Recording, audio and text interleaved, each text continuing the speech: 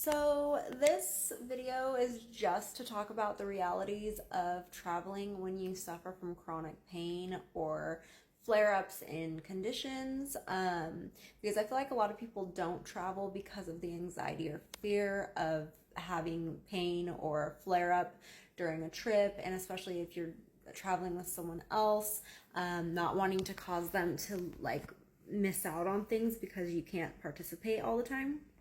So for those who don't know, I suffer with interstitial cystitis, which is a bladder disease or a condition of the bladder.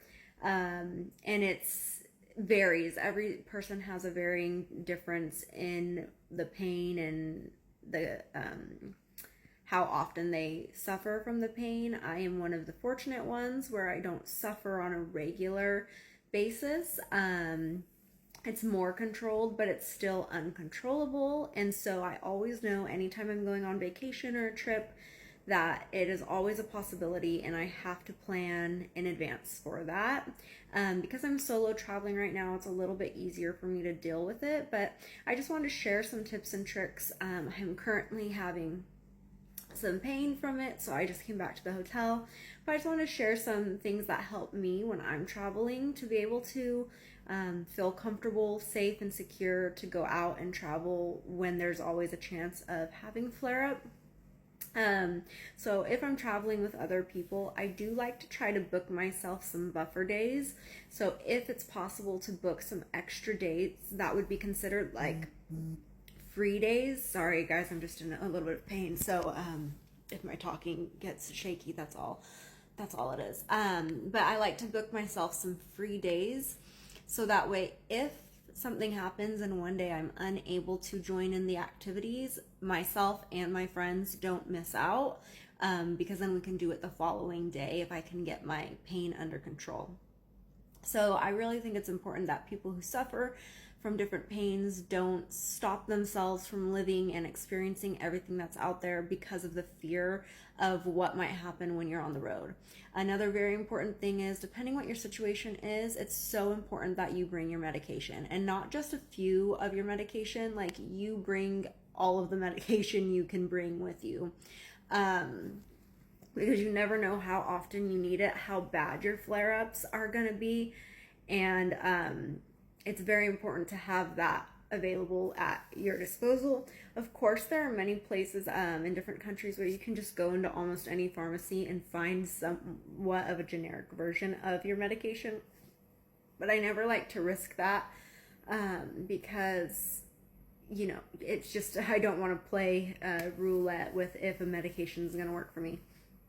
The medication that works for me personally with my interstitial cystitis happens to be one I can only take at night when I'm sleeping.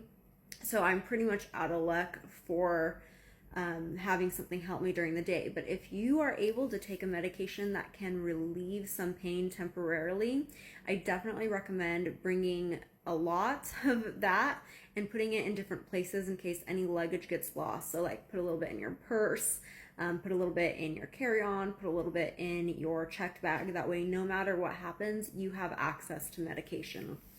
And I think it's very important to communicate with the friends that you're going with that this can happen, that you may not be able to participate. And if it's something where like tickets are booked for a specific date and time and you physically can't make it, you just have to be okay knowing that you may miss out on that, and that your friends are okay knowing that they may have to do that or participate in that by themselves, or just if they have another friend, just the two of them. So that's something I think it's important to have communication on. I have had friends be frustrated with me for my pain. I've had friends get really mad and annoyed that I can't do things. And you know what? Those are just not friends I want to travel with. So you should never hold yourself back out of fear of that. If someone is to be that frustrated with you because of something out of your control, that's just a good sign that you probably shouldn't be that close of friends with that person. Most of the friends who are understanding, I mean, they're the type of friends where if we paid $100 for a ticket and I couldn't go, they're okay not going and losing it out on the $100. Like, I would never ask that of them, but you know, I do try to travel with people I know I can trust and who care about my well-being over their own desire to go do things. But that is the sad reality, is that if your pain kicks in, it does put you in a little bit of an awkward situation to where they may have to do something alone, which it's not fair to them. They shouldn't have to suffer and do something alone just because you're in pain. But also it is the reality, you're in physical pain. You can't do anything. So keep that in mind. I try not to let other people's perceptions of my pain stop me from making plans. I just learn if there's someone I can travel with in the future or not. Something else I like to do is I like to book my hotels centrally located to the for me, I usually get pains either first thing in the morning if I'm going to get them, or most of the time I get them in the evenings and night. So I try to book my hotels close to the things in those type of activities. So like, let's say I have a big day planned and I'm doing like a tour from 9 to 3 during the day. I don't mind if I'm away from the hotel. I usually like to be near the hotel from like the afternoon and evening parts of the day, because that's when my pain kicks in.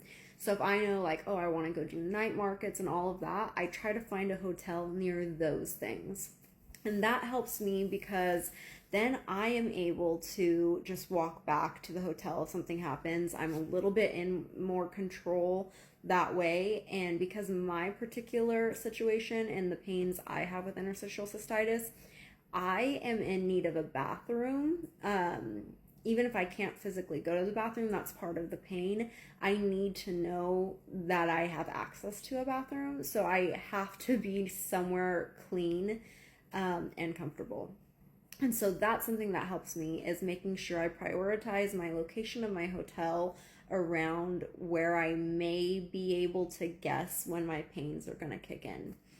And another thing that helps me, and especially solo traveling right now, this is helping me a lot, is I try to take breaks throughout the day. So before I ever had any types of pains and stuff, I would just go like, 7 in the morning to like midnight, nonstop, no breaks, just trying to see everything I could see. But now what I do is I plan like breaks to come back to the hotel in between each event. Of course, if it doesn't work out that way, it's just not going to work out. But if you can plan it that way, it helps. So like today I came from the airport to the hotel. I planned to come sit in the hotel for like an hour and rest. Then I went out just now and went to go have dinner, and I almost didn't go because I was in so much pain. But my Grab driver was already on the way, so I was just like, you know what, I'm here. I really wanted to go to this particular place. So I pushed myself to go, and then I had planned to come meet back at the hotel, regroup and assess, and give myself a little bit of time, and then I wanted to go out later tonight if possible. So instead of just planning, point A, B, and C one after another, it is important for me in my situation to give myself breaks in between. So especially if you're with friends, I think that's a nice way to do it, because then they're not feeling irritated or like they're losing out if you guys already are planning to just come back to the hotel and then go from there. That seems to help me. But anyways, I'm just making this video. I don't even know if anyone's gonna be interested in this, but I'm just making this video because I get anxiety around traveling with my pains, and I know a lot of people really don't do things or put themselves out there because of the fear and anxiety of what's gonna happen when they're gone away from their home. It's scary. It's a stressful situation to think about. But just remember to live your life. Like, yeah, we have to work around things. And maybe that means on your trip, let's say you have a 10-day trip, maybe that means only 5 of those days you feel good enough to do things. At least you get to experience 5 amazing days somewhere else.